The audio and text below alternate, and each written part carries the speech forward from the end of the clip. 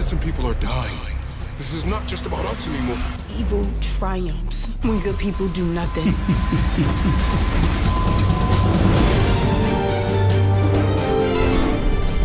I'm Nicholas Scott, and I've been drawing comics for DC for 12 years. And I've written everything from Teen Titans to Superman.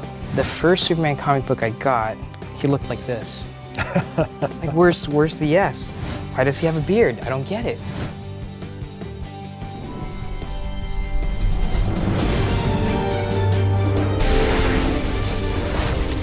They are split in all these different directions, and Jefferson is kind of the last one to figure it out. And I think he gets confronted with the fact that, you know, he's a really play it by the rules guy. It always relates fantasy to real life, and it's done that with the different storylines. Like, we opened the first episode dealing with police brutality. I think social injustice is the substratum of what Black Lightning is all about.